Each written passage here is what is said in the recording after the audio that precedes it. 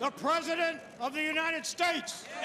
Not once, but in two successive State of the Union addresses, the President of the United States warned about the danger of a cyber attack on our critical infrastructure. But he's not the only one.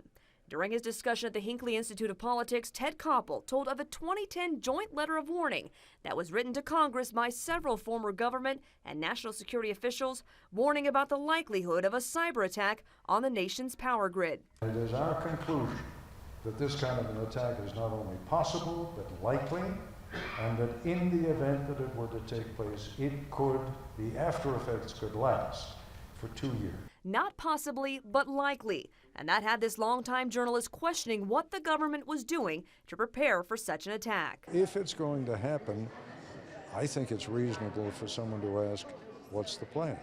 What's the plan for taking care of the civilian population?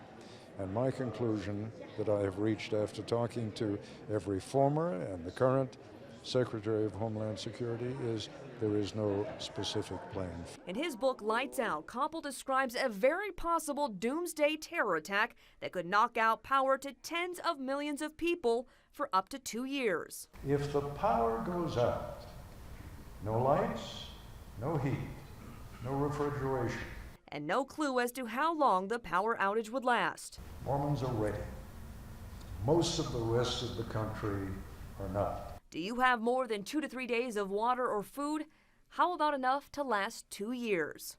You're better off sitting there with the food and not having to use it than you are not making preparations and desperately needing it and watching your family starve if you don't have it.